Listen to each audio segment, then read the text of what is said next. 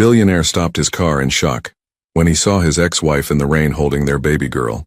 Before we begin, drop a comment telling us which city you're watching from. And once the story ends, don't forget to rate it from 0 to 10. Oh, and make sure to follow our channel for more stories like this. Now, sit back and enjoy every detail. The rain hammered against the windshield of Leonard Huxley's black Bentley Continental as he navigated through the congested streets of Manhattan. His fingers drummed impatiently on the leather steering wheel, his sharp jawline tense with the familiar weight of another 16-hour workday. At 38, Leonard had built an empire in the financial sector through relentless focus and calculated decisions. His steel-gray eyes, which had intimidated countless business rivals, now stared ahead at the blurred city lights through the rain-streaked glass. Leonard was a man who commanded attention wherever he went. Standing at 6'3" with broad shoulders that filled his tailored Italian suits perfectly, he possessed the kind of presence that could silence a boardroom with a single glance. His dark hair was always perfectly styled, never a strand out of place, and his clean-shaven face carried the confidence of someone who had never truly failed at anything he set his mind to. Tonight, however, something felt different. A restlessness gnawed at him, though he couldn't quite place its source. The traffic light ahead turned red, forcing him to stop. Leonard reached for his phone, already mentally preparing for the emails that would demand his attention, even at this late hour. The rain continued its relentless assault on the city, creating a curtain of water that seemed to wash away the day's troubles for everyone except him. That's when he saw her. Through the passenger window, across the intersection, stood a figure that made his heart stop.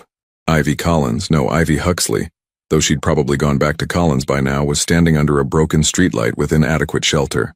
Her once golden hair, now darker from the rain, clung to her face as she held something precious against her chest, trying desperately to shield it from the downpour. Leonard's breath caught in his throat. In Ivy's arms was a small child, a little girl with dark hair and curious eyes that sparkled even in the dim light. Lila, their daughter. His daughter, though he'd never truly claimed that title. The woman who had once shared his bed, his home, his name looked nothing like the polished socialite she'd been during their marriage. Ivy's clothes, a thin coat that offered little protection from the elements and worn jeans, spoke of struggles he'd never bothered to consider. Her face, still beautiful despite the exhaustion etched in her features, carried a strength he'd forgotten she possessed. Lila, now 14 months old, was laughing despite the rain, her tiny hands reaching up to catch the droplets. The sound of that innocent laughter pierced through the car's soundproofing and straight into Leonard's chest, creating an ache he hadn't felt since the day he'd signed the divorce papers. Leonard had always prided himself on his control, his ability to compartmentalize every aspect of his life. But seeing Ivy struggling to protect their daughter while he sat in his heated luxury car felt like a punch to his perfectly maintained facade. This was the child he'd known about but chose to ignore. The pregnancy he'd dismissed as poor timing. The birth he'd missed because of a crucial business meeting that probably hadn't mattered at all. Without thinking, Leonard pulled over to the curb, his hands shaking slightly as he turned off the engine. The rain soaked through his expensive suit the moment he stepped out of the car, but he barely noticed. His Italian leather shoes splashed through puddles as he crossed the street, his heart pounding with a rhythm he hadn't felt in years. "Ivy?" His voice came out rougher than intended.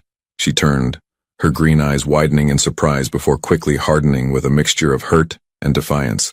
Lila looked at him with innocent curiosity, her tiny hand gripping her mother's wet coat. "Leonard." Ivy's voice was steady, but he could hear the underlying tension. "What are you doing here?" He opened his mouth to speak, but found himself at a loss for words.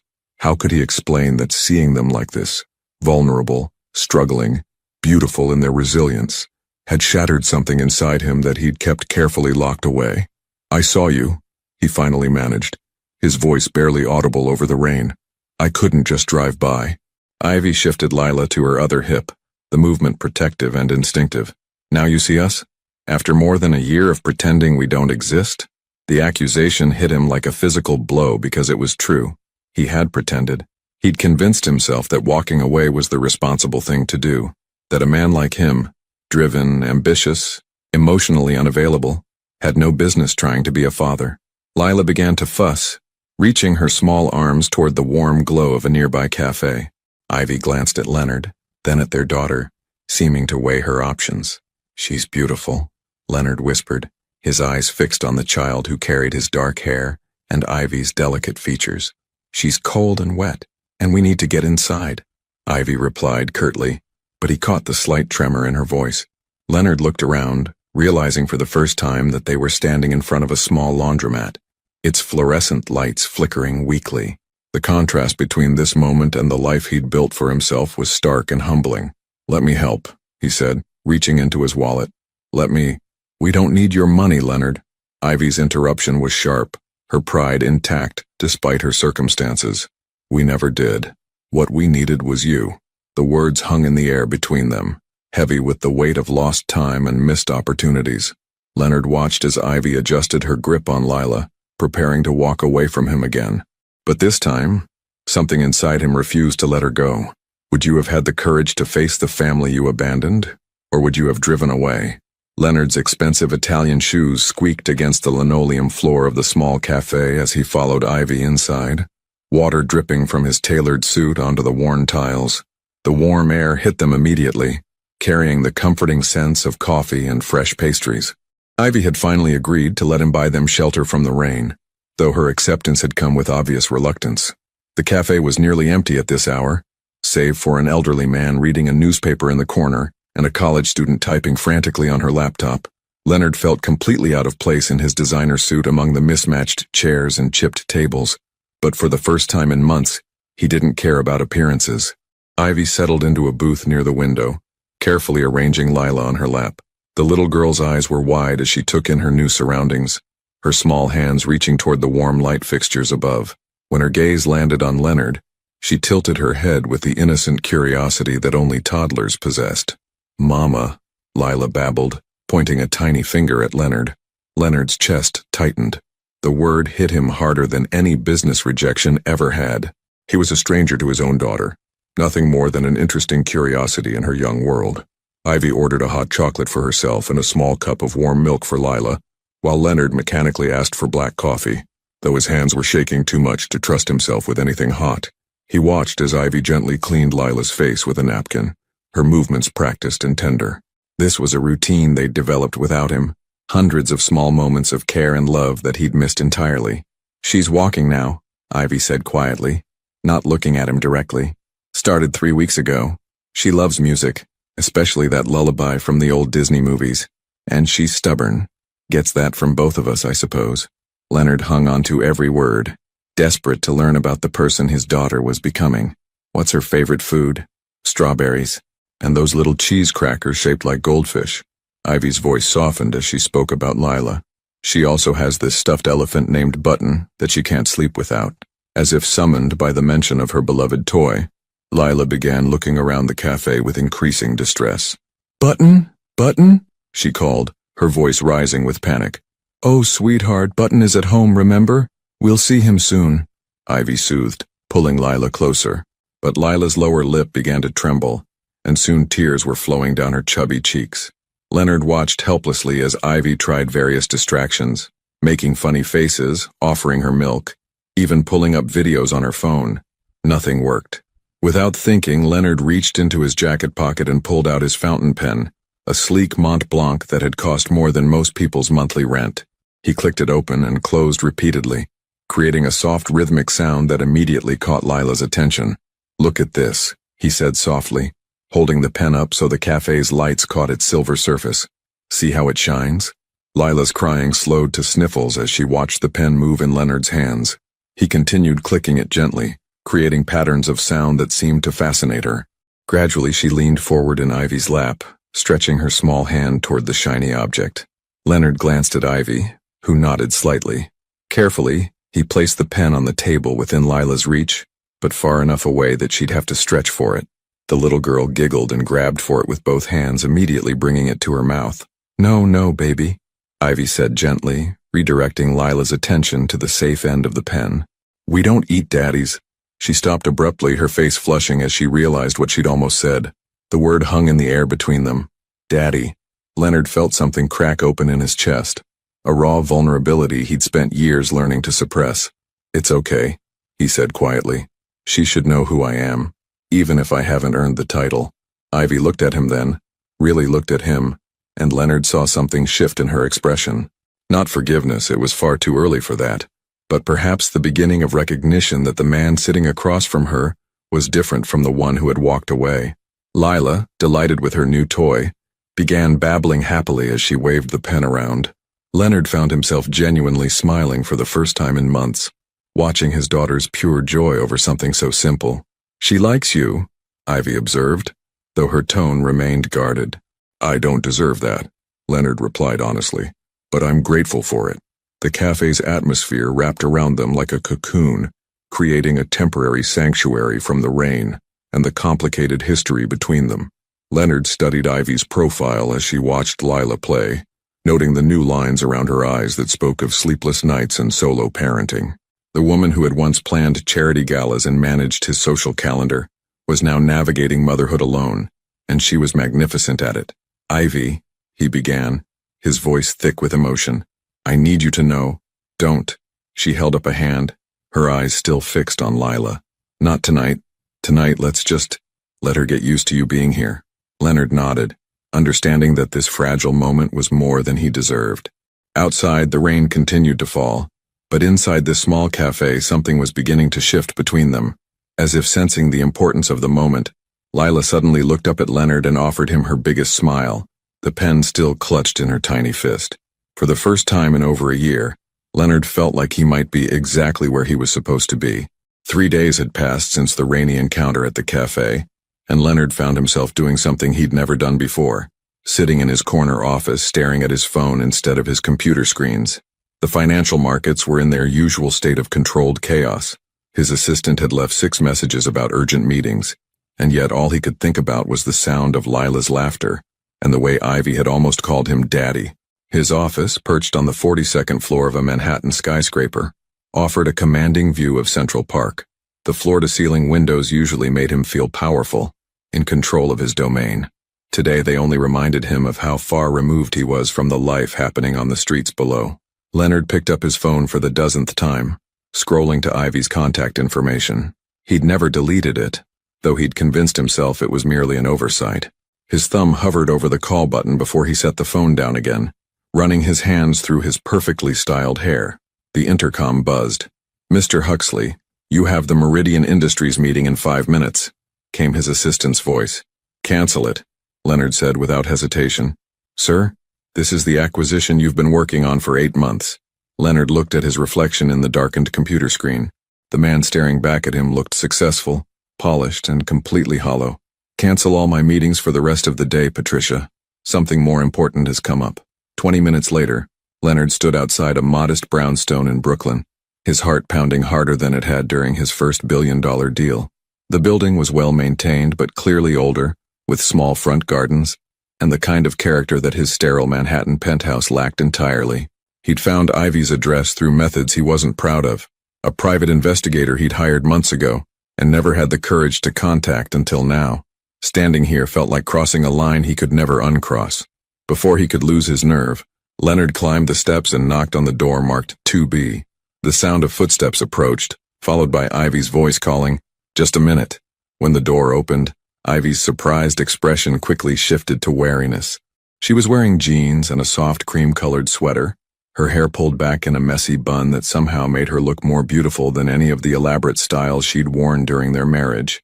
"Leonard, how did you—" "I hired someone to find you," he admitted, knowing that starting with honesty was his only chance. "I know how that sounds, but I needed to see her again, to see you both." Ivy's jaw tightened. "You can't just show up here unannounced. This is my home, my safe space." "You're right. I should have called first. I should have done a lot of things differently." Leonard shifted his weight, suddenly aware of how his expensive suit made him stand out in this neighborhood, like a peacock among sparrows. "Is she here?" As if in answer to his question, the sound of children's music drifted from inside the apartment, followed by Lila's delighted squealing. Ivy glanced back toward the sound, her expression softening despite her anger. "She's having lunch," Ivy said. "And before you ask, no, you can't come in, not like this, not without warning." Leonard nodded, accepting the boundary even though it stung. "Then let me ask you something else. When can I see her again? Properly this time, when you feel comfortable with it." Ivy studied his face for a long moment, as if trying to read his intentions. "Why now, Leonard? You had 16 months to care about her existence. What changed? The question hit him like a physical blow because it forced him to confront the truth he'd been avoiding. Seeing you both in the rain, it broke something in me that I didn't even know was broken. I spent so long convincing myself that I wasn't father material, that I'd only mess her up the way my father messed me up. Your father? Ivy's expression shifted slightly, curiosity replacing some of the hostility. Leonard rarely spoke about his childhood, even during their marriage. He was never around. Always working, always building the empire that I eventually inherited. When he was home, he was critical, distant. I told myself I was protecting Lila by staying away, but really, I was just protecting myself. From inside the apartment, Lila's voice called out, "Mama, Mama," followed by the sound of small feet running across hardwood floors. Ivy glanced back again, torn between her maternal instincts and her need to protect her daughter from further disappointment. "She's been asking about the man with the shiny pen. I told her you were a friend of Mommy's." The word friend shouldn't have hurt as much as it did, but Leonard understood he had no right to claim anything more. "What would it take for you to trust me enough to let me try? I'm not asking for custody or overnight visits. I just want the chance to be present for her in a way I never was before." Lila appeared in the doorway then, peeking around Ivy's legs with curious eyes. She was wearing a yellow dress covered in tiny daisies, and her dark hair was held back with small butterfly clips. When she saw Leonard, her face broke into a huge smile. "Pen man?" she exclaimed, clapping her hands together. Leonard's throat tightened with emotion. "Hello, Lila." The little girl looked up at Ivy, then back at Leonard, as if sensing the tension between the adults, but not understanding its source. She held up a small stuffed elephant. The famous Button, Leonard realized. "Button," she announced proudly, making the elephant wave at Leonard. "It's very nice to meet you, Button," Leonard said seriously, which made Lila giggle. Ivy watched this interaction with conflicted emotions playing across her face. Finally, she sighed. "There's a playground 6 blocks from here, Riverside Park. Saturday mornings. We go there for an hour around 10. If you want to see her, you can meet us there. But I set the rules, Leonard. Any sign that this is just some guilty phase you're going through and you're out of our lives for good?" Leonard nodded eagerly, relief flooding through him. "Saturday at 10. I'll be there."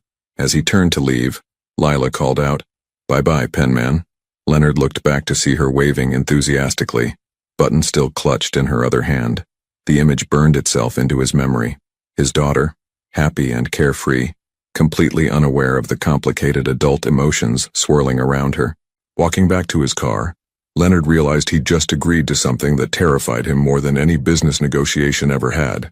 The chance to be a real father, with all the vulnerability and potential for failure that entailed.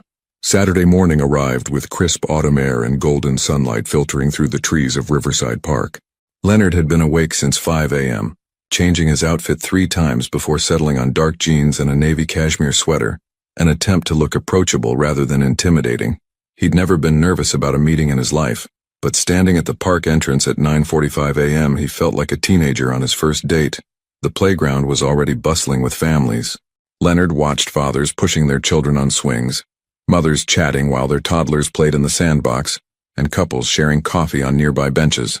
He'd never paid attention to this world before, the casual intimacy of weekend family life, and now he felt like an outsider looking in. "You're early." Leonard turned to find Ivy approaching with Lila in a small stroller, a diaper bag slung over her shoulder. His daughter was wearing pink overalls and tiny white sneakers, her hair in 2 small pigtails that bounced as she looked around excitedly. Button the elephant was secured safely in her lap. "I didn't want to be late," Leonard admitted, his hands awkwardly shoved in his pockets. Ivy studied his outfit choice with barely concealed amusement. "You look different. Is that good or bad?" "Different," she repeated, unbuckling Lila from the stroller. "We'll see." The moment Lila was free, she toddled directly toward the jungle gym, her small legs carrying her with determined purpose toward a tunnel slide. Leonard instinctively moved to follow her, but Ivy caught his arm. "She's fine. She knows this playground like the back of her hand." Ivy's touch was brief but sent an unexpected jolt through Leonard's system. The hard part isn't watching her play. It's learning to let her explore while staying close enough to catch her if she falls. Leonard nodded, filing away this piece of parenting wisdom. They found a bench with a clear view of the play area, and he watched in fascination as Lila immediately made friends with another toddler, a little boy with curly red hair who was building something elaborate in the sandbox. She's social, Leonard observed. Very. Sometimes I think she gets lonely being an only child. Ivy's voice carried a wistfulness that made Leonard's chest tighten with guilt. They sat in comfortable silence for a few minutes, watching Lila navigate the small climbing structure with impressive determination. She called out, "Mama, look," every few seconds, waving enthusiastically before attempting another challenge. "I brought something," Leonard said suddenly, pulling a small wrapped package from his jacket pocket. Ivy's expression immediately became guarded. "Leonard, I told you this wasn't about gifts." "It's not expensive," he interrupted. "Just something I thought she might like." The package contained a small board book titled Ellie's First Words, featuring a friendly cartoon elephant on the cover. Leonard had spent an embarrassing amount of time in the children's section of Barnes & Noble the night before, eventually choosing this book because it reminded him of Button. Ivy examined the book, her expression softening. "This is thoughtful. She loves being read to. Could I read it to her?" Before Ivy could answer, Lila came running over, breathing hard from her playground adventures. She climbed onto the bench between them, automatically leaning against Ivy while eyeing Leonard with curious but friendly interest. "What's that?" Lila asked, pointing at the book in Leonard's hands. "It's a story about an elephant, like Button," Leonard explained, his voice gentler than Ivy had ever heard it. "Would you like me to read it to you?" Lila nodded enthusiastically, scooting slightly closer to Leonard. He opened the book carefully, acutely aware that this was the first time he'd ever read to his daughter, or any child for that matter. "Once upon a time there was a little elephant named Ellie who loved to learn new words," Leonard began, his voice taking on the rhythmic cadence of a practiced storyteller, though his hands trembled slightly. Lila was immediately captivated, pointing at the colorful illustrations and repeating the simple words as Leonard read them. When they reached a page showing Ellie playing with her family, Lila looked up at Leonard with wide eyes. "Daddy Elephant," she said matter-of-factly, pointing at the male elephant in the picture. Leonard's breath caught. Ivy tensed beside him, clearly unsure how to handle the moment. "That's right," Leonard managed, his voice thick with emotion. "That's the daddy elephant." Lila seemed satisfied with this answer and turned her attention back to the book. They finished the story together, with Lila helping by turning the pages and making elephant sounds at appropriate moments. When they finished, Lila slid off the bench and headed back toward the playground, clutching the book against her chest alongside Button. Leonard watched her go, overwhelmed by the simple perfection of the moment. "She likes you," Ivy said quietly. "I like her too, more than I ever imagined possible." "Leonard," Ivy's voice carried a warning tone, "don't make promises you can't keep. She's already been through enough change in her short life." Leonard turned to face her fully, his gray eyes serious and determined. "I'm not going anywhere, Ivy. I know I have no right to ask you to believe that based on my track record, but I need you to know that everything is different now." "What's different?" "Your priorities, your work schedule, your complete inability to put anyone's needs before your own." The accusations stung because they were fair, but Leonard had spent the past week asking himself the same questions. "I've been thinking about what you said, about how we needed me, not my money. I think I finally understand what that means." Before Ivy could respond, Lila's voice called out from the jungle gym. "Mama, Penman, watch me." They both turned to see her at the top of a small slide, waving proudly before pushing off and sliding down with gleeful laughter. Without thinking, both Leonard and Ivy stood up and applauded, their shared pride in her accomplishment momentarily bridging the gap between them. "She called me Penman again," Leonard said with a slight smile. "She remembers people through details. The pen was important to her." Ivy paused, then added more softly, "Maybe someday she'll have a different name for you." The hope in those words was cautious but real, and Leonard felt something shift in his chest. For the first time since he'd signed those divorce papers, he allowed himself to believe that maybe, just maybe, he could earn his way back into their lives. As they watched Lila make friends with every child on the playground, Leonard realized that being a father wasn't about grand gestures or expensive gifts. It was about showing up, paying attention and being present for all the small moments that added up to a life together. 2 weeks had passed since the playground meeting, and Leonard found himself living for the small text updates Ivy would send. Photos of Lila reading the elephant book, videos of her saying new words, snapshots of her daily adventures. He'd started leaving work at reasonable hours, something his assistant Patricia had noted with barely concealed shock. It was Tuesday evening when Leonard's phone rang as he sat in his penthouse, reviewing acquisition documents that suddenly seemed far less important than they once had. The caller ID showed Ivy's name, and his heart immediately jumped. She never called unless something was wrong. "Ivy? Is everything okay?" "Leonard, Her voice was strained, exhausted. "I'm sorry to bother you, but I don't know who else to call. Lila's been sick for 2 days with a high fever, and it's not breaking. I'm at Mount Sinai emergency room and they're running tests, but—" Her voice cracked slightly. "I'm scared." Leonard was already reaching for his keys before she finished speaking. "I'm on my way." "Which entrance?" "You don't have to—" "Ivy, stop, I'm coming. Text me the room number." 20 minutes later, Leonard burst through the emergency room doors, his expensive suit wrinkled from his frantic rush across the city. He found them in room 314, Ivy pacing by the window while Lila lay listlessly on the small hospital bed, looking impossibly tiny against the white sheets. The sight of his daughter so still and pale hit Leonard like a physical blow. Lila's usual bright energy was completely absent, replaced by the frightening quietness of a very sick child. Button lay beside her, and her new elephant book was open on the bedside table, as if Ivy had been trying to comfort her with familiar things. "How long has she been like this?" Leonard asked softly, moving to stand beside Ivy. "Since Sunday night. At first I thought it was just a cold, but then her temperature spiked to 103 and she stopped eating." Ivy's voice was raw with exhaustion and worry. "The doctors are checking for everything. Ear infection, strep throat, even meningitis." Leonard felt his stomach drop at the word meningitis, but he forced himself to stay calm for Ivy's sake. "Have you eaten anything? Slept at all?" Ivy shook her head, her attention never leaving Lila. "I can't. Not while she's like this."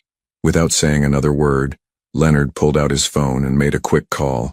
Within minutes, a nurse appeared with coffee, sandwiches, and a comfortable chair that Leonard had somehow arranged to have brought up from the family waiting area. "You need to take care of yourself, too," he said gently, guiding Ivy to the chair. "She needs you strong." For the first time since he'd arrived, Ivy looked directly at him. Her green eyes were rimmed with red from worry and lack of sleep, but there was something else there. Gratitude, and perhaps surprise at his take-charge attitude. "Thank you for coming," she whispered. "I know I said I could handle things alone, but seeing her like this—" "You're not alone," Leonard said firmly. "Not anymore." They settled into a vigil beside Lila's bed. Leonard found himself studying every detail of his daughter's face, the way her dark eyelashes fanned against her pale cheeks, the small freckle near her left ear, the way she clutched Button even in sleep. This was the longest he'd ever spent simply watching her, and the circumstances made it both precious and terrifying. Around midnight, Dr. Sarah Martinez, a kind-faced pediatrician with graying hair, entered the room with test results. Leonard and Ivy both stood immediately, their shared anxiety palpable. "The good news is we've ruled out meningitis and anything seriously dangerous," Dr. Martinez began, and Leonard felt Ivy sag with relief beside him. "She has a severe ear infection that's been resistant to the antibiotics you were giving her at home. We're going to start her on a stronger IV antibiotic tonight." "How long until she's better?" Ivy asked. "She should start improving within 24 hours of the new medication, but I want to keep her overnight for observation, just to make sure the fever breaks properly." After the doctor left, Ivy sank back into the chair, the adrenaline of the past few days finally catching up with her. Leonard watched her shoulders shake with silent tears of relief and exhaustion. "Hey," he said softly, kneeling beside her chair. "She's going to be okay." "I was so scared," Ivy admitted, her voice barely above a whisper. "When they mentioned meningitis, I kept thinking about all the things I'd never taught her, all the experiences she might never have, and I realized that even though I'm angry at you, even though I don't trust you completely yet, I wanted her to know her father. I wanted you to have the chance to love her the way she deserves." Leonard felt something fundamental shift inside his chest. This woman, who had every right to hate him, was still thinking about his relationship with their daughter even in her darkest moment of fear. "I do love her," he said quietly. "I think I loved her from the moment I saw her in your arms that night in the rain. I was just too scared and too selfish to admit it." Around 2 a.m., Lila's fever finally began to break. She stirred in her sleep, opening her eyes slowly. When she saw Leonard sitting beside her bed, she gave him a weak but genuine smile. "Pen man," she whispered, her voice hoarse but glad. "Hi, sweetheart," Leonard replied, his voice thick with emotion. "How are you feeling?" Instead of answering, Lila reached out her small hand toward him. Leonard looked at Ivy, who nodded encouragingly. When he took his daughter's tiny fingers in his much larger hand, she squeezed with surprising strength. "Button," Lila said, pointing to her elephant. "Button's right here, keeping you company," Leonard assured her. "And so are we. Mama and I aren't going anywhere." Lila seemed satisfied with this answer and drifted back to sleep, but she didn't let go of Leonard's hand.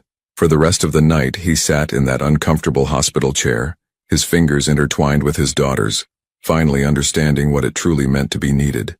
3 weeks after the hospital scare, Leonard had established a routine that would have been unthinkable to him just months before. Every Tuesday and Saturday he spent time with Lila and Ivy, and he'd started working from home on Fridays just to be more available. His penthouse office had been transformed with the addition of a small children's corner, colorful books, safe toys, and a tiny chair where Lila could sit when she visited. It was on a crisp November afternoon when Leonard's carefully constructed new world came crashing down with a single phone call. He was reading to Lila in his office, her small body curled against his side as they worked through her favorite elephant book for what had to be the 100th time, when his private line rang. Only 3 people had that number: his assistant, his lawyer, and his father. Leonard glanced at the caller ID and felt his blood run cold. Richard Huxley, a man who hadn't bothered to call his son in over 2 years, and who had never once asked about his granddaughter. "Keep reading, sweetheart," Leonard murmured to Lila, but his voice had already changed, becoming tighter and more controlled. "Leonard," Richard's voice was as commanding as ever, despite his 78 years. "We need to talk." "I'm busy right now, Dad. Cancel whatever trivial matter is occupying your time. I'm in Manhattan, and I'm coming up."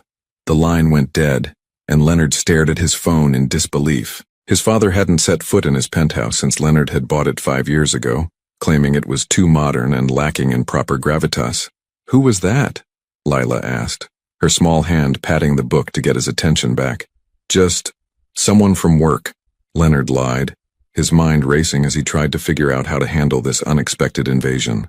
20 minutes later, the private elevator opened directly into Leonard's penthouse, and Richard Huxley emerged like a storm cloud in an expensive suit. Even at nearly 80, he commanded attention. Tall, silver-haired, with the kind of presence that had built the Huxley financial empire from nothing. His pale blue eyes, so similar to Leonard's but harder, immediately swept the room and landed on the colorful children's corner with obvious disdain. "What?" Richard said in a voice that could freeze fire. "Is that monstrosity doing in your office?" Leonard instinctively moved protectively in front of Lila, who had gone very quiet behind him. "Hello to you too, Dad. It's been what?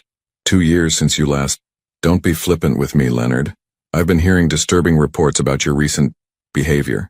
Missing crucial meetings, turning down profitable deals, and now I arrive to find evidence that you're playing house with some child." "That child is your granddaughter," Leonard said, his voice dangerously low. Richard's expression didn't change. "A child you rightfully walked away from. A child who represents nothing but a liability to this family's legacy." Leonard felt rage building in his chest, but he forced himself to remain calm for Lila's sake. "Her name is Lila, and she's not a liability. She's my daughter. She's a mistake," Richard corrected coldly. "And I won't stand by and watch you destroy everything I've built because you've developed some misguided attachment to a woman who was clearly after your money and the child she used to trap you. That's enough." Leonard's control finally snapped. "You will not speak about Ivy that way, and you will not speak about Lila that way. They are my family." "Family?" Richard laughed, a sound devoid of warmth. "Leonard, you have responsibilities. The Meridian acquisition you've been neglecting could be worth $12 billion. The Shanghai expansion needs your full attention. You don't have time for this domestic fantasy." During this heated exchange, neither man noticed Lila quietly slide off Leonard's chair and toddle toward Richard, with the innocent curiosity of a toddler who doesn't understand adult anger. "Hi," she said brightly, looking up at Richard with Leonard's same gray eyes. Richard looked down at her with the same expression he might use to examine an unpleasant business rival. "Leonard, remove this child from my sight immediately." But Lila, oblivious to the tension, held up her elephant book. "Want to read about Ellie?" "I do not read children's books," Richard said dismissively, "and I suggest you learn to occupy yourself with more worthwhile pursuits." Leonard watched his daughter's face fall at the harsh rejection, and something inside him broke completely. This was exactly what his own childhood had been like: cold, critical, loveless. He'd sworn he would never put a child through that. And yet here was his father, treating Lila with the same emotional cruelty Leonard remembered so well. "Get out," Leonard said quietly. "Excuse me?" "I said get out."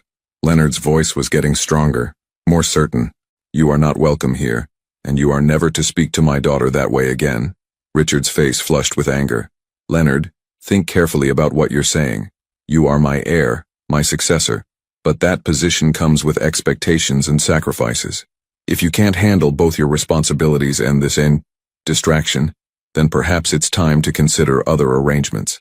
The threat was clear: choose the family business and fortune, or choose Ivy and Lila.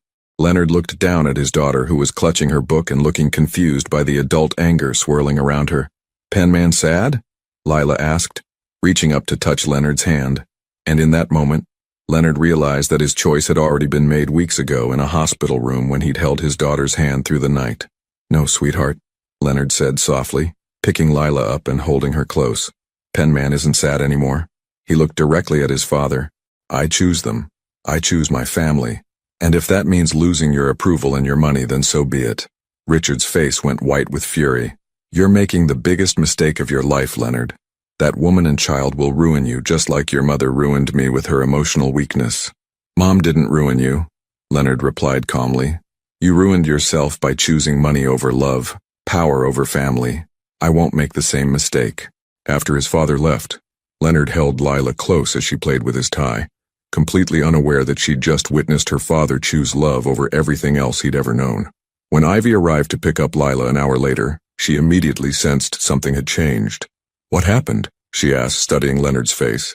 Leonard looked at his daughter, then at the woman he'd once been married to, and realized that for the first time in his life, he knew exactly who he was supposed to be. The consequences of Leonard's confrontation with his father came swiftly and brutally. Within 48 hours, Leonard found himself locked out of his own company's systems, his corporate credit cards canceled, and his position as CEO suspended, pending a board review of his mental fitness to lead. Leonard sat in his penthouse office, staring at the termination notice that had been hand-delivered that morning. The irony wasn't lost on him. The children's corner he'd created for Lila was now the brightest spot in a room that had suddenly become a monument to his professional downfall. His phone buzzed with yet another call from a business associate, no doubt wanting to discuss the shocking developments at Huxley Financial. Leonard let it go to voicemail, as he had with the dozens of other calls that morning. The business world moved fast when blood was in the water. A soft knock at his door interrupted his brooding. "Come in."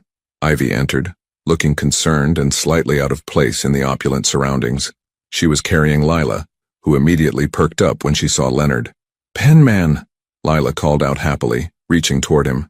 Leonard stood and took his daughter into his arms, breathing in her familiar scent of baby shampoo and innocence.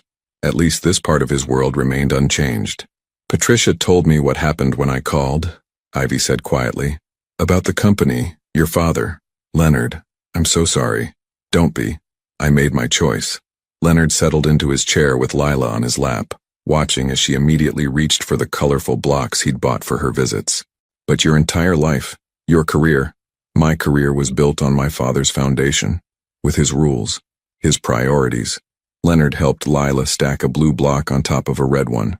"Maybe it's time I figured out what I actually want to build." Ivy studied his face carefully. "You say that now, but when the reality sets in, when you realize what you've lost—" "What have I lost, Ivy?" Leonard interrupted gently. "Money. I have enough saved to live comfortably for several lifetimes. Status? I never cared about impressing strangers. Power? The only power that matters to me now is the power to be present for my daughter." As if summoned by his words, Lila looked up at him with her bright eyes.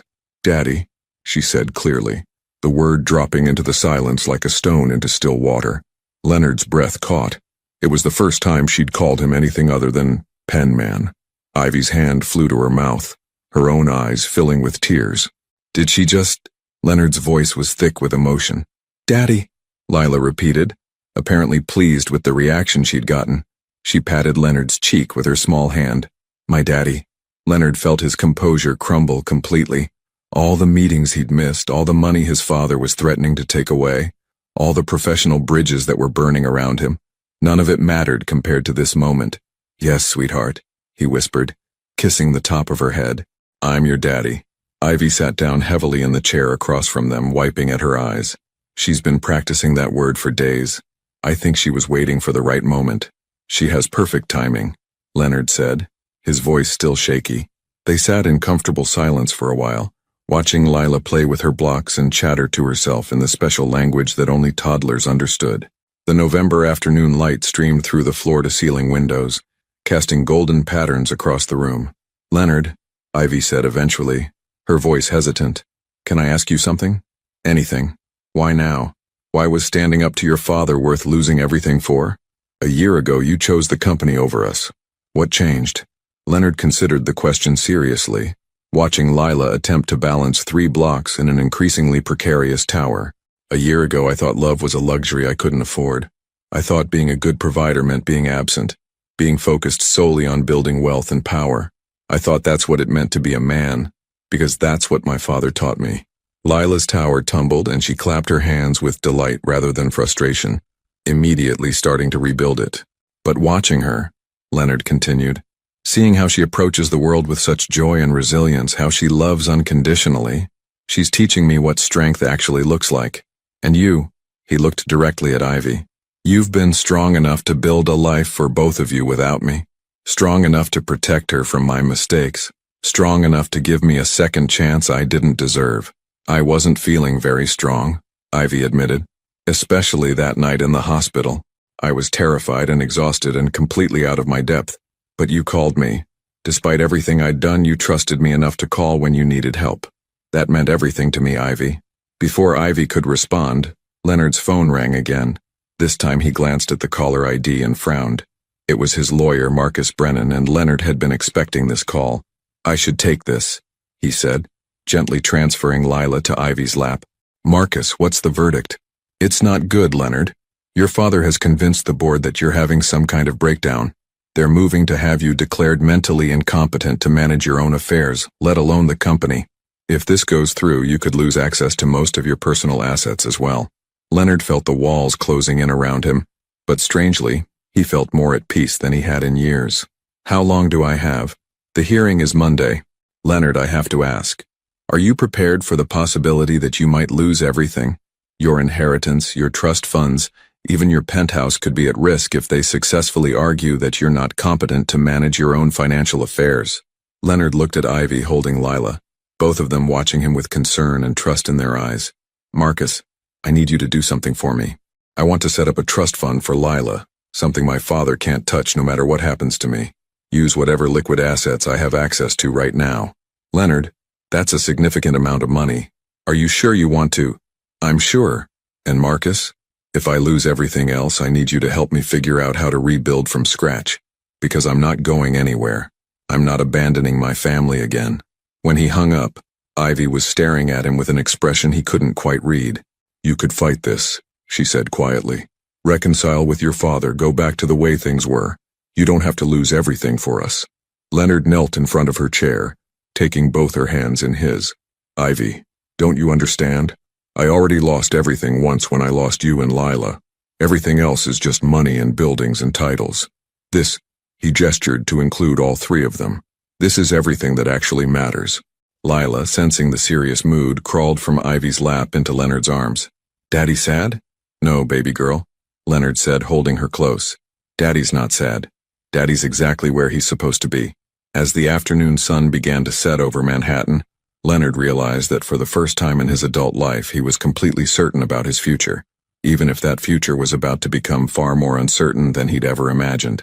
The mahogany-paneled conference room at Brennan & Associates felt like a courtroom, as Leonard sat across from his father and 3 board members, who had once considered him their golden boy. The Monday morning hearing to determine his mental competency had drawn a crowd of lawyers, executives, and financial analysts, all eager to witness the spectacular fall of the Huxley heir.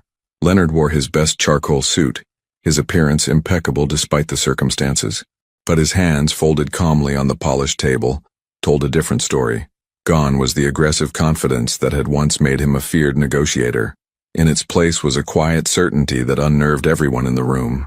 Richard Huxley sat at the opposite end of the conference table like a king holding court, his silver hair perfectly styled, and his pale eyes cold with determination. Beside him sat Dr. Harrison Wells, a psychiatrist Leonard had never met, but who apparently had strong opinions about his mental state based on observable behavioral patterns. "Mr. Leonard Huxley," began Judge Patricia Hawthorne, a stern woman in her 60s who specialized in financial competency cases. "These proceedings have been initiated due to concerns about your recent decision-making capabilities. Your father and the board of Huxley Financial have presented evidence suggesting you are not mentally fit to manage your personal or professional affairs." Leonard's lawyer, Marcus Brennan, leaned forward. "Your Honor, my client is prepared to demonstrate his complete mental competency and sound judgment." Dr. Wells cleared his throat. "With respect, Your Honor, Mr. Huxley's recent behavior speaks for itself. He has abandoned crucial business opportunities worth billions of dollars. He has chosen to prioritize a relationship with a child he previously abandoned and an ex-wife who clearly married him for financial gain. These are not the actions of a rational man." "Objection," Marcus said firmly. "Dr. Wells has never examined my client, and his characterization of Mr. Huxley's family relationships is both inappropriate and inaccurate." Judge Hawthorne raised her hand for silence. "Mr. Huxley, I'd like to hear from you directly. Can you explain your recent choices, particularly your decision to risk your entire inheritance for what your father describes as misplaced sentimentality?" Leonard stood slowly, his gray eyes meeting his father's across the room. "Your Honor, my father taught me that success was measured by the size of your bank account and the fear you could inspire in your competitors. For 38 years, I believed him. I built my life around accumulating wealth and power, and I convinced myself that everything else was weakness." He paused, thinking of Lila's small hand in his at the hospital, of her bright smile when she called him Daddy for the first time. 2 months ago, I saw my daughter in the rain, cold and vulnerable, and I realized that all the money in the world meant nothing if I had no one to share it with. I had achieved everything my father wanted for me, and I was completely empty inside. Richard's face darkened with fury. "Leonard, this emotional display is exactly what we're concerned about. You're making decisions based on feelings rather than logic." "I'm making decisions based on love," Leonard interrupted, his voice strong and clear.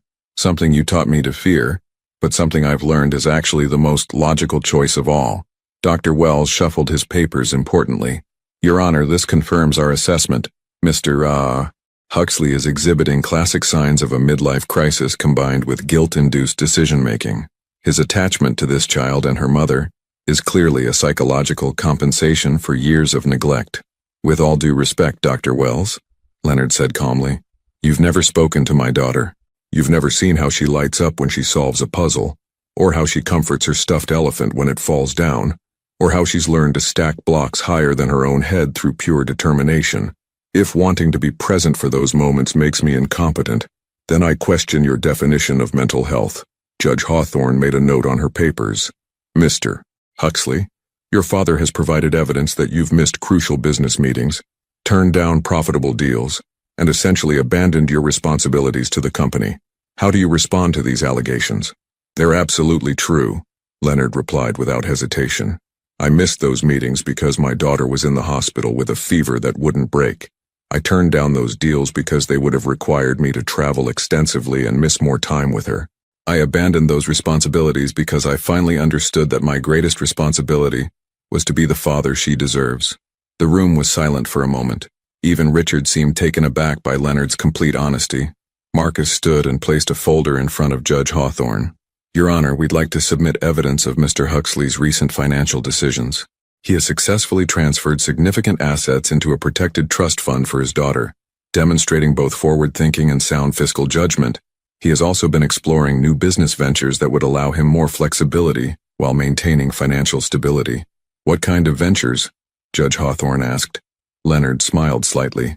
"I've been consulting with smaller companies, helping them with strategic planning and investment guidance. The work is challenging and profitable, but it allows me to set my own schedule. I've also been considering teaching, sharing the business knowledge I've gained with graduate students." Dr. Wells scoffed. "From CEO of a multi-billion-dollar corporation to part-time consultant and teacher, this is hardly evidence of sound judgment.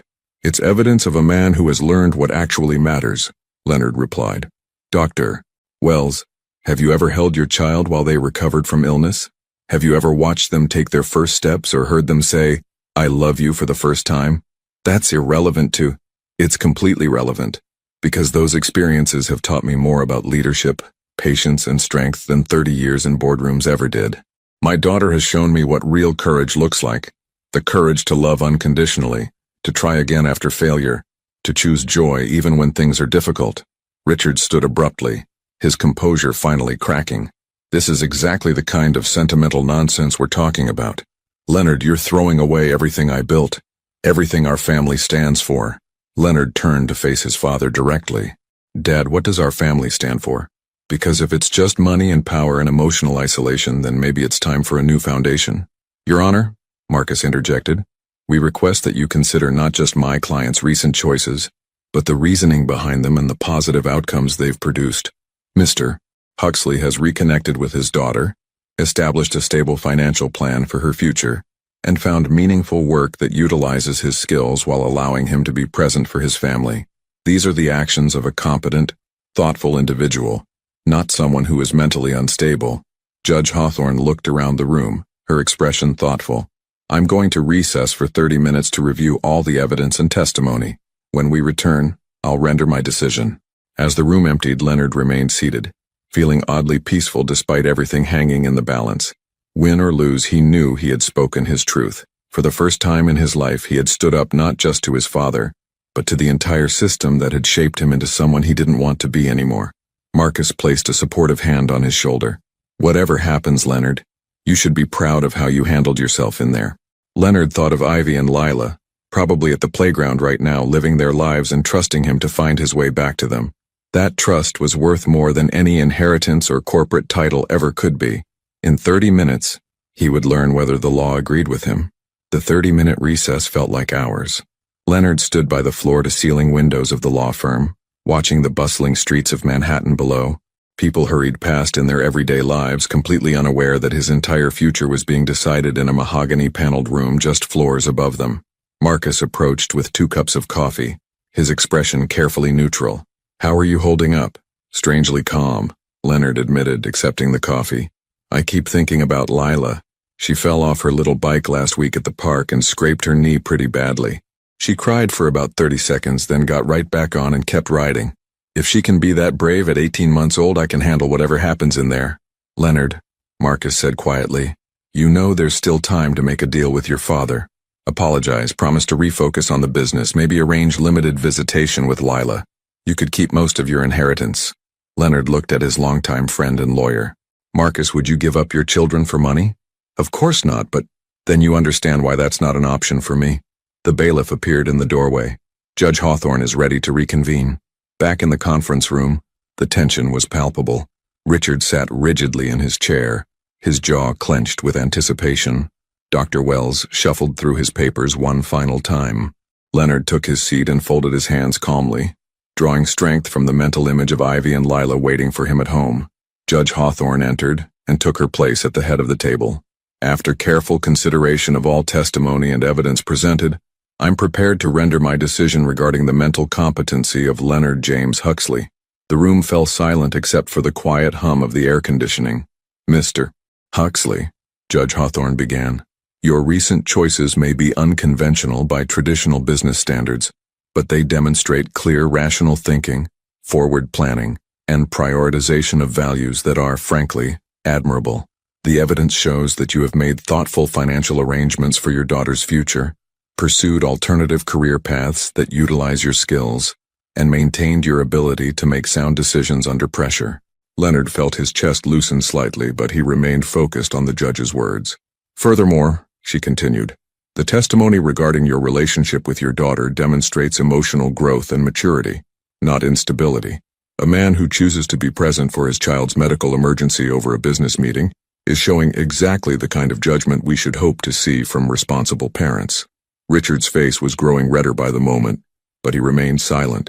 Therefore, I find Leonard James Huxley to be mentally competent and fully capable of managing his personal and professional affairs. This petition is denied. The gavel fell with a sharp crack that seemed to echo through Leonard's entire body. He had won. He was free to make his own choices. to build the life he wanted with Ivy and Lila. But before he could fully process the relief, Richard stood abruptly, his face twisted with rage, and something that looked almost like desperation. "This is a mistake," Richard said, his voice shaking with fury. "Leonard, you have no idea what you're throwing away. You think that woman loves you? You think she'll stay when the money runs out?" "Dad, enough. She came to see me," Richard interrupted, his words dropping like bombs into the suddenly quiet room. "3 weeks ago, your precious Ivy came to my office." Leonard felt the blood drain from his face. "What are you talking about?" Richard's smile was cruel and triumphant. "She wanted to make a deal. Said she'd disappear with the child if I paid her $5 million.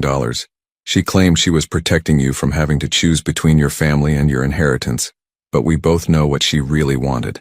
The words hit Leonard like physical blows. Around the room he could see the expressions of shock and vindication on the board members' faces. Dr. Wells was nodding as if this proved all his theories about Leonard's impaired judgment. "You're lying," Leonard said, but his voice sounded weak even to his own ears. "Ask her yourself," Richard replied smoothly.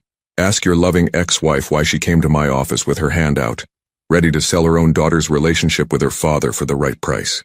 Leonard's mind reeled. Could it be true? Had Ivy been planning to take Lila away all along? Had every moment of progress, every gentle smile, every shared worry over their daughter been part of some elaborate manipulation? "The offer is still open, Leonard," Richard continued, pressing his advantage. "Come back to the family business. Forget this nonsense about love and fatherhood, and we can make sure that gold-digging ex-wife of yours never bothers you again." Leonard stood slowly, his legs feeling unsteady. "I need to go." "Leonard, wait," Marcus called out, but Leonard was already heading for the door. The elevator ride down felt endless. Leonard's mind was spinning with images. Ivy in the hospital, exhausted and vulnerable, calling him for help. Ivy letting him read to Lila, trusting him to be gentle with their daughter's heart. Ivy crying with relief when Lila's fever broke. Had it all been an act? Had she been planning to disappear with Lila while he was falling in love with being a father? By the time Leonard reached his car, his hands were shaking with a mixture of rage and heartbreak. He needed answers, and he needed them now. The drive to Ivy's brownstone passed in a blur of red lights and honking horns. Leonard parked haphazardly and took the front steps 2 at a time, his heart pounding with a combination of anger and desperate hope that his father was lying. He knocked on the door harder than necessary, his entire body tense with the need to know the truth. When Ivy opened the door, she was smiling, clearly expecting a normal visit. "Leonard, you're early. How did the hearing go?" "I was just making lunch and—" "Did you go see my father?" Leonard interrupted, his voice harsh and unfamiliar. Ivy's smile faltered immediately. "What? Did you go to his office 3 weeks ago? Did you ask him for money to disappear with Lila?" The color drained from Ivy's face, and Leonard felt his heart shatter into pieces. Her expression told him everything he needed to know even before she spoke. "Leonard, I can explain. So it's true." His voice was barely above a whisper. "You were planning to take her away." From inside the apartment came the sound of Lila's laughter, completely oblivious to the fact that her world was about to change forever. Leonard looked at the woman he had been falling in love with all over again, the woman he had chosen over his entire inheritance, and realized he didn't know her at all. Leonard stood in Ivy's doorway, his gray eyes filled with a pain so raw it made her take a step backward. Behind him, the November afternoon had turned cold and gray, matching the sudden chill that had descended between them. "Leonard, please, let me explain what really happened," Ivy said, her voice trembling with urgency. "What's to explain?" Leonard's words came out sharp and bitter. "You went to my father behind my back. You asked for money. You were planning to disappear with my daughter." "That's not—" Ivy started, but Leonard held up his hand. Don't lie to me anymore. I can see it in your face, Ivy. You did go see him." From the living room, Lila's voice called out happily, "Daddy! Daddy home!" The sound of his daughter's joy cut through Leonard like a knife. How could he explain to an 18-month-old that her world was about to be torn apart again? How could he tell her that the trust he'd been building with her mother was built on lies? Ivy's eyes filled with tears. "Yes, I went to see your father, but not for the reasons you think. Leonard, please come inside. Let me tell you what actually happened. I don't want to hear your excuses. They're not excuses." Ivy's voice rose with desperation. 3 weeks ago, after you chose us over your inheritance, I was terrified. Not because I wanted your money, but because I was afraid you'd regret it. I was afraid you'd wake up one day and resent us for costing you everything. Leonard's jaw tightened. So you decided to make the choice for me? I went to your father's office to try to find a way to give you back what you'd lost without losing you again. Ivy's tears were flowing freely now. I thought maybe if I could convince him that you were just going through a phase, that if he waited and was patient, you'd come back to the business on your own terms. By offering to take Lila away from me? No. Ivy's voice cracked with emotion. I told him I'd refuse any visitation or support if he would just give you time to figure out how to balance both worlds. I thought maybe there was a way for you to have your family and your inheritance. Leonard stared at her, his mind reeling. That doesn't make sense. He said you asked for $5 million. Ivy's face crumpled. He offered me the money. When I told him I'd step back to give you space to reconcile with him, he assumed I was looking for a payoff. He pulled out his checkbook and started writing, saying that $5 million should be enough to disappear permanently and keep the child quiet about her paternity. And what did you say? I told him he could keep his money and go to hell. Ivy's voice was fierce despite her tears. I told him that you were worth more than all his billions, and that Lila deserved to know her father regardless of how much money he had. Then I walked out. Leonard felt his world shifting again, but he couldn't let himself hope. Why didn't you tell me about any of this? Because I was ashamed, Ivy whispered. I was ashamed that I'd doubted your choice, that I'd gone behind your back trying to fix something that wasn't broken. I was ashamed that for even a moment I'd considered that maybe you'd be better off without us. Lila appeared in the hallway then, dragging Button behind her and looking confused by the tension she could sense but not understand. Mama crying? Daddy sad? Leonard knelt down automatically as Lila toddled toward him, his heart breaking as she wrapped her small arms around his neck with complete trust and love. Why everyone sad? Lila asked, patting Leonard's cheek with her tiny hand. Leonard looked up at Ivy, who was watching them with an expression of such raw love and fear that it took his breath away. Mama's sad because she thought she might have to say goodbye to Daddy. No bye-bye, Lila said firmly, tightening her grip on Leonard's neck. Daddy stay. I want to stay, sweetheart, Leonard said softly. But Daddy needs to talk to Mama about some grown-up things. Leonard stood, still holding Lila, and looked directly at Ivy. I need you to be completely honest with me. Was any part of you relieved when he offered that money? Did you ever think it might be easier to just take it and walk away? Ivy met his gaze steadily. For about 10 seconds, yes. Not because I wanted the money, but because loving you has been the hardest thing I've ever done. Watching you choose work over family, signing those divorce papers, raising Lila alone while wondering if you'd ever want to know her. It nearly broke me. She took a shaky breath. But then I thought about her first steps, which you missed. Her first words, which you didn't hear. All the nights I've watched her sleep and seen your eyes looking back at me, and I realized that no amount of money could replace what she'd lose if she never really knew her father. Leonard felt his anger dissolving, replaced by a deeper understanding of the impossible position Ivy had been in. Why didn't you just ask me how I was feeling about my choice? Because you seemed so certain, so at peace with it. I didn't want to plant seeds of doubt. Ivy wiped her eyes with the back of her hand. I was trying to protect you from having to choose again. Ivy, Leonard said gently, shifting Lila to one arm so he could reach out to touch Ivy's face. The choice was never hard once I understood what I was choosing between. I wasn't choosing between money and family, I was choosing between living my father's life or living my own. But your inheritance, your company, will still be there if I ever want to fight for them. But Lila's childhood, these moments with her, your trust, those things I can never get back if I lose them. Lila, sensing that the mood was improving, began babbling happily and reaching for her mother. Ivy stepped closer, and suddenly they were standing in a small circle, their daughter connecting them physically just as she had emotionally. I should have told you about meeting with your father, Ivy said quietly. I should have trusted you enough to share my fears instead of trying to solve everything myself. And I should have told you how scared I was that I'd mess this up, that I'd somehow hurt you and Lila again without meaning to. Leonard's voice was soft but certain. But Ivy, we can't keep making decisions for each other out of fear. If we're going to do this, if we're going to be a family, we have to trust each other with the truth, even when it's complicated. Lila chose that moment to lean over and give Ivy a wet, enthusiastic kiss on the cheek, then do the same to Leonard. Love Mama. Love Daddy. Yes, baby girl, Leonard said, his voice thick with emotion.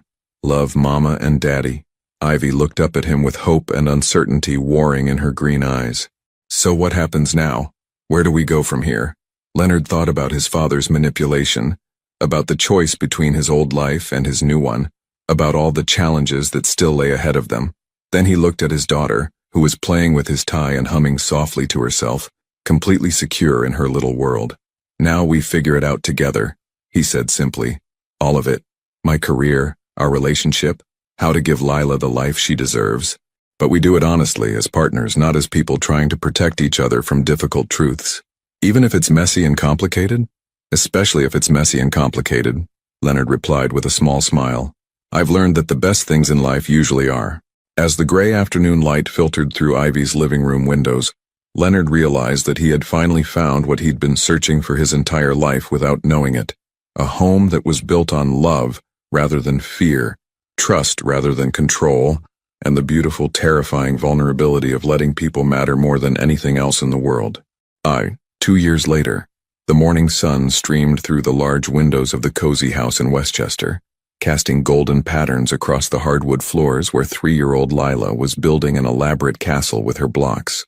Her dark hair had grown into soft curls that bounced as she moved, and her gray eyes, so much like her father's, sparkled with concentration and joy. "Daddy, look, Princess Castle," she announced proudly, pointing to her colorful creation. Leonard looked up from his laptop where he'd been reviewing notes for his afternoon lecture at Columbia Business School. His home office was a far cry from the sterile corporate environment he'd once commanded. Warm, lived in, with family photos scattered among business books and a small corner dedicated to Lila's art projects. "That's beautiful, sweetheart," he said, closing the laptop and giving her his full attention. "Tell me about the princess who lives there." "She has a daddy who reads her stories and a mama who makes pancakes," Lila said matter-of-factly, adding another block to her tower. "And she has a baby brother who cries sometimes, but he's very nice." Leonard's heart swelled as he watched his daughter unconsciously describe their own family. 6 months ago, Ivy had given birth to their son, James, and watching Lila embrace her role as big sister had been one of the most beautiful experiences of Leonard's life. "Where is your mama this morning?" Leonard asked, though he already knew the answer. "Feeding baby James," Lila replied, then lowered her voice conspiratorially. "He's very hungry all the time." The sound of footsteps on the stairs announced Ivy's arrival. She appeared in the doorway holding 6-month-old James, who had inherited his mother's blonde hair and gentle disposition. Ivy looked radiant in her simple blue dress, her hair longer now and often adorned with whatever colorful hair tie Lila had chosen for her that morning. "Good morning, my loves," Ivy said, settling into the comfortable armchair near Leonard's desk. James immediately reached for his father, making the soft cooing sounds that never failed to melt Leonard's heart. Leonard took his son carefully, marveling as he always did at how natural fatherhood had become. "How did he sleep?" "Better than last week. I think he's finally adjusting to his schedule." Ivy smiled as she watched Leonard expertly support James's head and make silly faces that sent the baby into delighted giggles. The past 2 years had been a journey of rebuilding and rediscovering. Leonard's consulting firm, Huxley Strategic Partners, had grown steadily as word spread about his innovative approach to business ethics and work-life balance. His classes at Columbia were consistently overbooked, filled with young executives eager to learn how to achieve success without sacrificing their humanity. The financial cushion from his trust fund had allowed them to buy this house, not as grand as his former penthouse, but infinitely more valuable because it was filled with laughter, love, and the beautiful chaos of family life. "Daddy, play blocks?" Lila asked, tugging on his sleeve. "In just a minute, princess. Daddy needs to tell Mama something first." Leonard looked at Ivy with the same wonder he'd felt on the day she'd agreed to marry him again. A simple ceremony in their backyard 6 months before James was born, with Lila as their flower girl and only their closest friends as witnesses. "Richard called this morning," Leonard said quietly. Ivy's expression immediately became guarded. Leonard's father had made several attempts at reconciliation over the past 2 years, each one ending in disappointment when it became clear he still expected Leonard to choose business over family. What did he want this time? "To meet James," Leonard replied, his own feelings mixed. "And to apologize to you, apparently. He said he's been thinking about what I told him the last time we spoke, about how empty his life has become without family. What do you think?" Leonard looked at his son, who was gripping his finger with surprising strength, then at Lila, who was patiently waiting for him to join her game, and finally at Ivy, who had supported every difficult decision he'd made in rebuilding his life. I think forgiveness isn't the same as forgetting, he said carefully. I'm willing to let him try to be a grandfather, but only if he can respect the boundaries we set and the life we've built. Ivy nodded slowly. Any relationship he has with our children goes through us first. Absolutely. Leonard shifted James to one arm and reached for Ivy's hand with the other. I learned a long time ago that protecting this family is more important than maintaining peace with people who don't respect what we've chosen. Lila had grown tired of waiting and climbed onto Leonard's lap, careful not to disturb her baby brother. Daddy, story time. What story would you like today, princess? The one about the elephant who learned to be brave. Leonard smiled, recognizing her request for a story he'd made up about a little elephant who had to choose between staying safe in the zoo or venturing into the wild to find her family. It had become Lila's favorite, though Leonard suspected she didn't fully understand that it was really his own story, told through the lens of childhood wonder. As he began the familiar tale, with Ivy curled up beside them and James contentedly watching the ceiling fan spin, Leonard reflected on the journey that had brought them to this moment. The corporate world he'd left behind seemed like a different lifetime, important in its own way but ultimately hollow compared to the richness of the life he'd built with his family. His phone buzzed with a text from Marcus, his former lawyer and now close friend, reminding him about the charity auction they were attending that evening. Leonard and Ivy had become advocates for single-parent support programs, using their story to help other families navigate the challenges of separation and reconciliation. What are you thinking about? Ivy asked softly, noting the contemplative expression on his face. Just all of this. Leonard gestured to encompass their cozy morning scene. 2 years ago, I thought success meant commanding a boardroom and striking fear into competitors. Now I know it means having my 3-year-old daughter insist I read her the same story every morning, and having my 6-month-old son smile when he sees my face, and having a wife who still gets butterflies when you walk in the room, Ivy added with a gentle smile. Especially that, Leonard agreed, leaning over to kiss her forehead. Lila finished the story along with him, having memorized every word, then slid off his lap to return to her blocks. Now play castle, Daddy? Absolutely, princess. As Leonard settled onto the floor beside his daughter, with Ivy and James nearby, he thought about all the different definitions of wealth he'd learned throughout his life. There was his father's version, measured in dollars and power and the ability to control others. There was society's version, status and possessions and the envious looks of strangers. But here, in this sun-filled room with his family around him, Leonard had discovered the only wealth that truly mattered, the kind that grew when you shared it, that multiplied when you gave it away, and that could never be taken from you by market crashes or corporate coups or family disapproval. Leonard, Ivy said suddenly, do you ever regret it? Everything you gave up to have this? Leonard looked at his wife, the mother of his children, his partner in rebuilding not just their family but himself, and realized the question contained its own answer. Ivy, I didn't give up anything, he said with absolute certainty. I finally figured out what was worth keeping. As James dozed in his mother's arms and Lila chattered about her castle's many rooms, Leonard understood that some stories don't end with dramatic declarations or grand gestures. Sometimes the best stories end with quiet Sunday mornings, with the sound of children playing, with the simple peace of knowing you're exactly where you belong. Outside, the world continued its relentless pace of ambition and competition, but inside this house in Westchester, time moved at the rhythm of family life, slower, gentler, and infinitely more precious than anything Leonard had ever known before. Sometimes the greatest love stories aren't about finding someone new but about rediscovering who you were meant to be all along. When faced with the choice between the life you've built and the family you've lost, which would you choose? Your participation means a lot to the channel. Please share your thoughts in the comments. Thank you for watching. If you enjoyed the story, please subscribe to our channel and leave a comment below letting us know what you thought. Your feedback and support mean a lot to us. Stay tuned for more exciting stories.